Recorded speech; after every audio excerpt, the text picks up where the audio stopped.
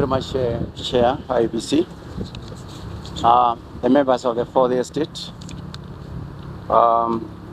So this morning, as has been explained by the Chair, IBC, we are here. And of course, this is not our first meeting. We have had other meetings there before. Because the National Police Service works closely with the IBC for the reasons that we provide an environment, that safe and secure environment where the people of Kenya can be able now to exercise their civic duties. For this reason, once again this morning, we had been here to address the issues that you are aware that on 27th we will be having by-elections in various areas. And on the security status, our country is safe and secure. Security is a shared responsibility between us as the primary security provider and of course the people out there, including those candidates who are also out there and fighting for those seats. That being the case, we must conduct ourselves in a manner that ensures that we maintain security throughout. Number two, I want to assure the public that we are investigating all cases of intimidation, intolerance in all by-elections that we have seen. Case in point, Kaspul. So, any person who involves himself in a manner that causes breach of the law, including all the other areas, Bahrain included and many others, the National Police Service will not allow. And we are going to do our work as guided by the Constitution. Right now, in Kaspul, we are following up on all those who have committed several criminal acts. And it is the high time that those who have committed those crimes, and they are not already with us, they come forward to the police. Because our teams are out there, and we must get them.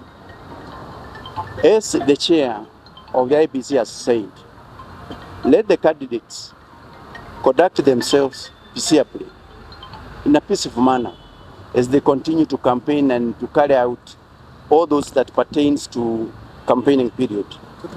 It must be done in a manner that is acceptable, a manner that is guided by the laws. I want to state that the National Police Service is out there to ensure, and it has actually been doing it, to ensure that before, during, and even after the elections, our country remains safe and secure. Those are the assurances that I would like to give to our people. And the National Police Service will take decisive actions to all forms of violations of the law. I thank you.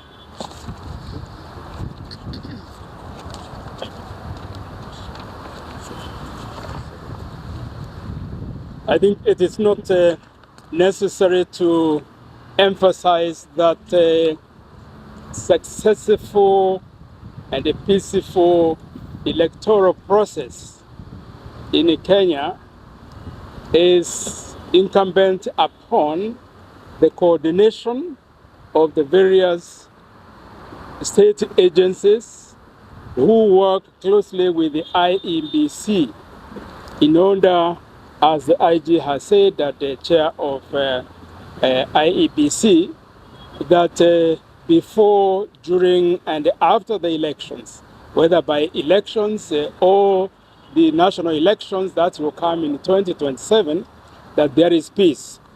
The role of the National Cohesion and Integration Commission here is one to actively monitor hate speech, ethnic profiling, and any incitement to violence. We monitor this very closely now during these by-elections in all the places that they are happening. And we have already identified cases where there is a breach of the code of conduct, as it has been mentioned. And I want also to say that what we do is to summon those who are in breach. And already we have summoned those, especially in Bere, stating that they are banning some people from stepping there to campaign.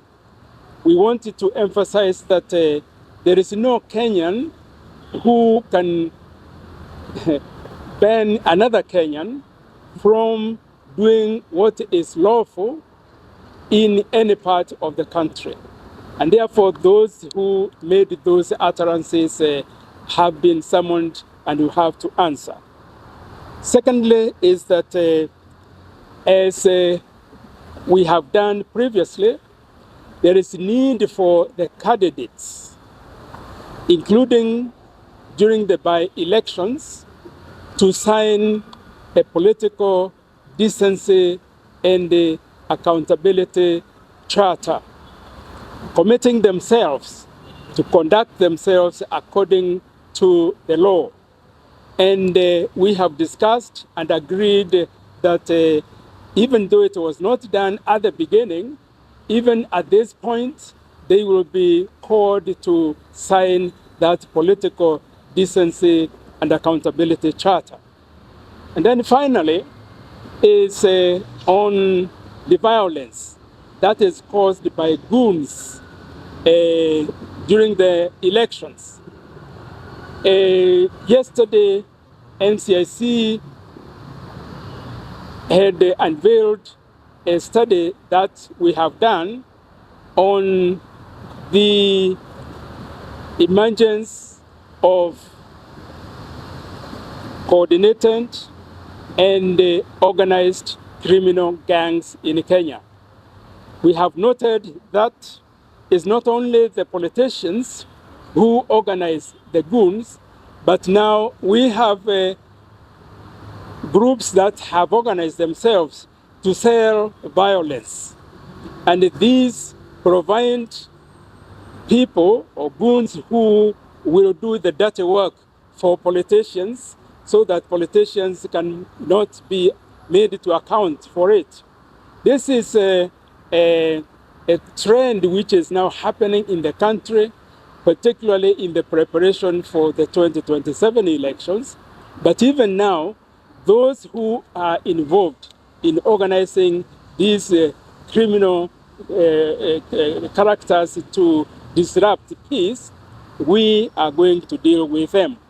And therefore, there is nowhere that they can hide, because by working together, these three agents, the IEBC, NPS, and NCIC, there's nowhere for them to hide, and we will have to make them to account according to the law. Thank you, members of the fourth estate.